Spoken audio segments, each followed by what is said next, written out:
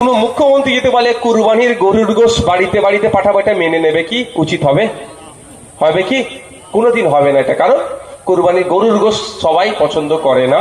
অনেকের ধর্মীয় বিশ্বাস এর কথা বলবো না, ধর্মে অনেক চর্চা আছে, বিতর্কে আমি যাবো না। অনেকে গোবংশ খায় না, কারণ ওটা একটা ধর্মীয় ব্যাপার থাকে। আবার কুরবানি দিলে পাঠালে আরো বেশি ব্যাপার, ধর্মীয় ব্যাপার। নিয়ে যাবে কি কেউ? উচিত হবে কি? ঠিক যেমন ওটা উচিত হবে না, তাহলে মুসলিম, হিন্দু, খ্রিস্টান, জৈন বিভিন্ন ধর্মের মানুষ পশ্চিমবাংলায় বাস করে। আপনি প্রত্যেকের বাড়িতে প্রসাদ পাঠাচ্ছেন কি করে? বুঝতে পারছেন না? এই ব্যর্থতা ঢাকার জন্য এই কাজ করছে, ব্যর্থ হয়েছে। 2011 সালের আগে পশ্চিমবাংলার প্রত্যেকটা নাগরিকের মাথা পিছু 12,000 টাকা ঋণ ছিল, আর 2025 সালে প্রত্যেকটা নাগরিকের মাথার উপরে 60,000 টাকার বেশি ঋণ হয়ে গেছে। ও কালকে তো ক্ষমতা থেকে চলে যাবে, বাংলাটাকে ধ্বংসের দিকে কে নিয়ে যাচ্ছে? এবার আপনি বলবেন আপনার মাথা ঋণ কেন? আমের বয়ে গেছে, বাড়লো ঘোড়ার ডিম। আপনি জানেন না এই দামের মালের দাম বাড়বে, ওখান থেকে ঋণ মুকুব করানোর জন্য তোলা হবে। অর্থাৎ আপনি সরষার তেল কিনবেন আজকে 100 টাকা কিলো, কালকে 150 টাকা হয়ে যাবে, কারণ এই যে 50 টাকা তুলছে হয়তো ঋণ মুকুব করবে। তাহলে ক্ষতি কি হবে? আপনারা হবে। 2011 সালের আগে গল্প দেখিয়েছিল হিন্দু মুসলমান বিপদে আছে, মুসলমানরা ঢালাই ভোট দিল। মুসলমান কি বিপদ মুক্ত হয়েছে?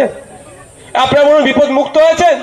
আরো বেশি বিপদের দিকে চলে যাচ্ছে। এখন তো মাদ্রাসা মসজিদের জায়গা কেড়ে নেবে বলছে, আর রাজ্য সরকার বলছে, বরঞ্চ উল্টে কি বলছে, যে পশ্চিমবাংলায় প্রতিবাদ করবে আমি তার থেকে বড় শত্রু আমার থেকে আর কেউ হবে না। উল্টে আমার বিপদে পাশে দাঁড়ান তো দূরের কথা, আমাকে যে বিপদের দিকে ঠেলে দিচ্ছে বকলমে, সেই বিজেপিকে এরা সাপোর্ট করছে। 2011 সালের আগে মুসলমান বিপদে ছিল, মুসলমান ভোট দিলেন। 2011 সালের আগে একজন 100টা চাকরি করলে 4টে মুসলমান খুঁজে পেতেন, আর এখন বিপদ উদ্ধারের নামে 100 জন সরকারি কর্মচারী থাকলে একজনকেও খুঁজে পাবেন না। আপনার বিপদ উদ্ধার করে দিয়েছে।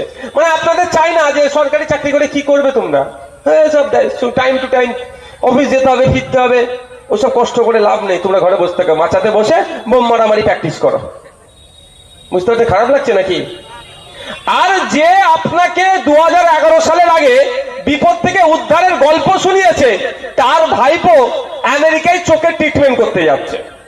শোনা কথা সোশ্যাল মিডিয়াতে দেখলাম, যেখানে উনি ট্রিটমেন্ট করতে যায় শুনেছি নাকি 1 কোটি টাকা শুধু ফিজ নেয়।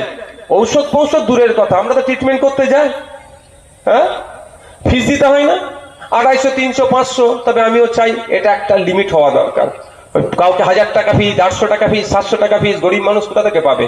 এটাও একটা প্রাইভেট হবে। একটা বিল অবশ্যই এসেছে।